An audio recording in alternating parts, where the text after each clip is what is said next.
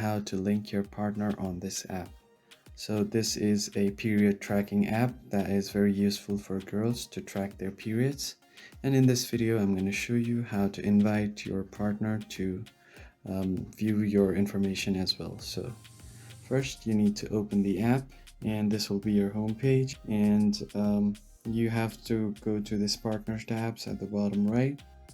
And if you don't have an invite code, what you can do is first you can go to this partner tab and click on link your partner, and from here you can send this pairing code to your partner. So just tap on send and copy the link.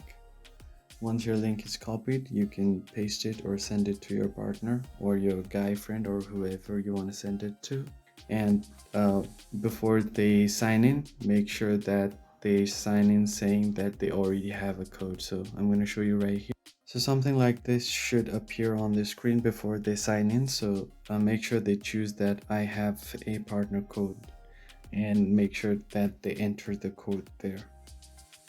And after they have entered the code, you should be able to link with your partner. I hope you found the video helpful. I'll see you on the next video.